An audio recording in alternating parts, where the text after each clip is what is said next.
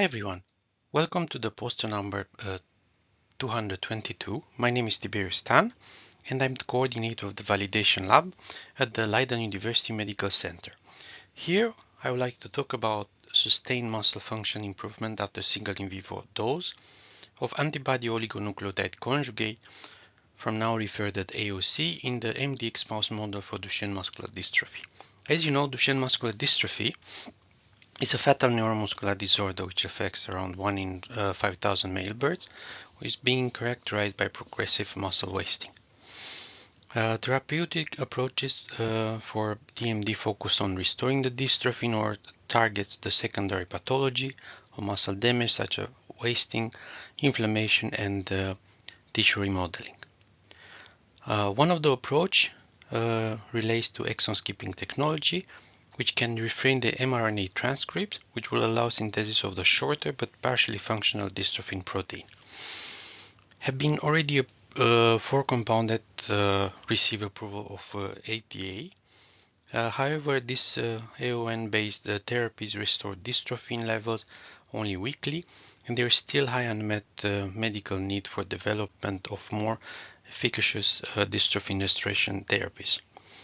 In this project, we aim to improve muscle function in the MDX mouse model. After a single in vivo dose of AOCs based on the PMO conjugated with the Synaphyx GlycoConnect technology to an anti-mouse transferrin receptor antibody.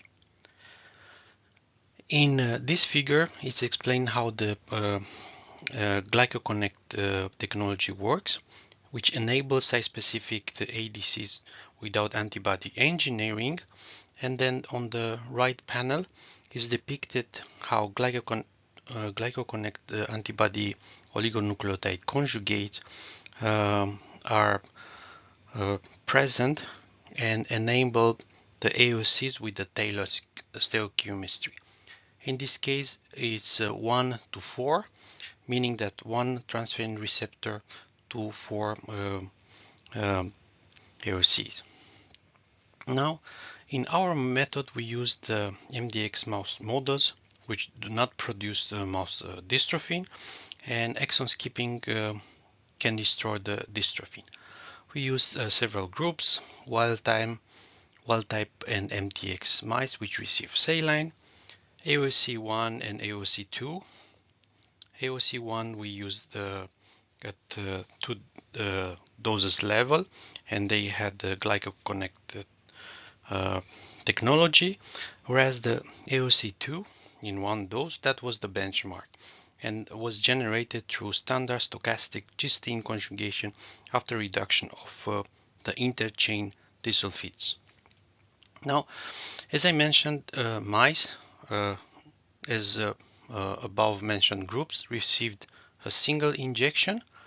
We started with 22 males per group, and then every, as indicated here with the X, might have been sacrificed, and also we perform functional tests indicated by this figure, and they were related to 2 and 4 limb hanging test, force grip strength.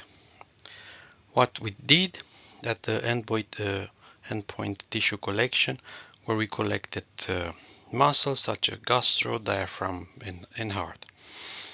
What one can see when analyzing the functional analysis, that in 2 limb hanging and 4 limb hanging, as well as the 4 limb Greek strength, we analyzed several parameters. And that DAR4, so 1 molecule of transferrin receptor to 4 molecules of the compound called DAR4, gave sustained muscle function improvement. As such, AOC1, a 30 mg treated group, has similar performance as the saline treated wild type group in the 4 limb hanging and the 4 limb grip strength.